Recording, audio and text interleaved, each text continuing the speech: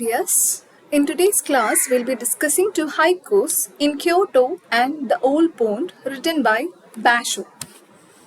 So, first of all, let's see who Basho is.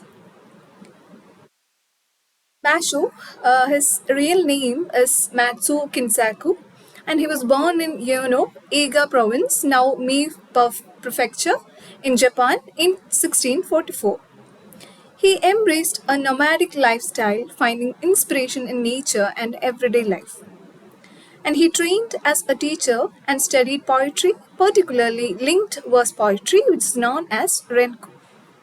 So this is the basic details about Basho, his life and his background. And now the thing we have to study or we have to be careful about is his contribution to haiku. Basho is a person who elevated haiku to a poetic art form, emphasizing direct experience and connection with nature.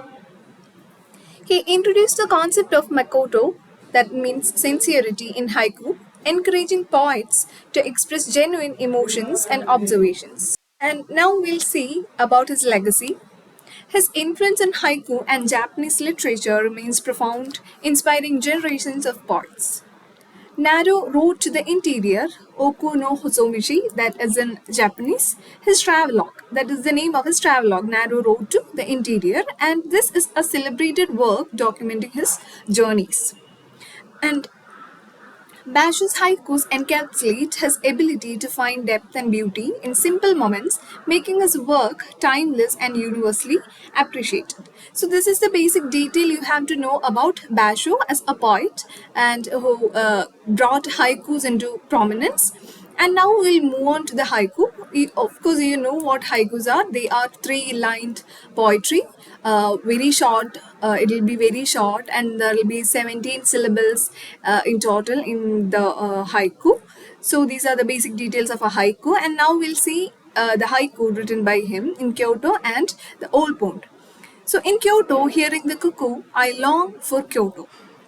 The old pond, a frog jumps in, sound of water. So this is the point. Okay, so in the first part, let's look at the first part. In Kyoto, hearing the cuckoo, I long for Kyoto. So what does this mean? So this haiku, it reflects Basho's deep connection to Kyoto, his place of origin. So Kyoto is his place of origin, and the mention of hearing the cuckoo is significant. See, in this line, he says, in Kyoto, hearing the cuckoo. So in his place, in his native land, he hears the cuckoo. So the cuckoo, the word cuckoo is important or it is significant as the cuckoo is a migratory bird associated with the changing seasons. So its call symbolizes the passage of time. Okay, so while he says that hearing the cuckoo, he hears the cuckoo, it means the time has passed. The time he has spent in Kyoto, it has changed and he is now standing in the future. And now I long Kyoto.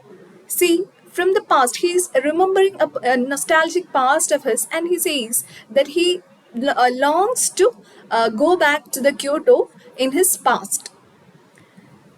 Mention or the repetition of Kyoto emphasizes a sense of nostalgia, a longing for the familiar. He longs to go back to a familiar past of his. It suggests that even in Kyoto, there are moments of absence or yearning. That means in the present in Kyoto, he finds certain things absent. So he yearns to go back to a past where he finds that everything was perfect. So this is what the first part of this haiku. In Kyoto, hearing the cuckoo, I long for Kyoto. This haiku means. And now let's look the second one. The old pond, a frog jumps in, sound of water. So what does this mean? This haiku is one of Basho's most famous and widely studied compositions. The old pond. See, the old pond, the word, represents a timeless, still body of water, suggesting a moment of tranquility and contemplation. And the sudden action of the frog jumping. So the old pond, it is a still body of water, and when suddenly the frog jumps in, it disrupts the silence, creating a splash and a sound of water. So this description is a transient evidence that draws attention to the impermanence of stillness. So the poet tries to say that the stillness is impermanent, and the sudden action of the frog jumping in is what causes the disruption.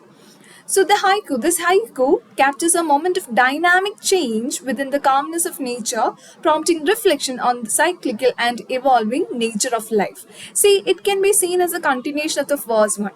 See, in Kyoto, hearing the cuckoo, I long for Kyoto. In this part, in this haiku, the poet says that he longs for a nostalgic past of his. That is, several changes has happened in the place he lives now.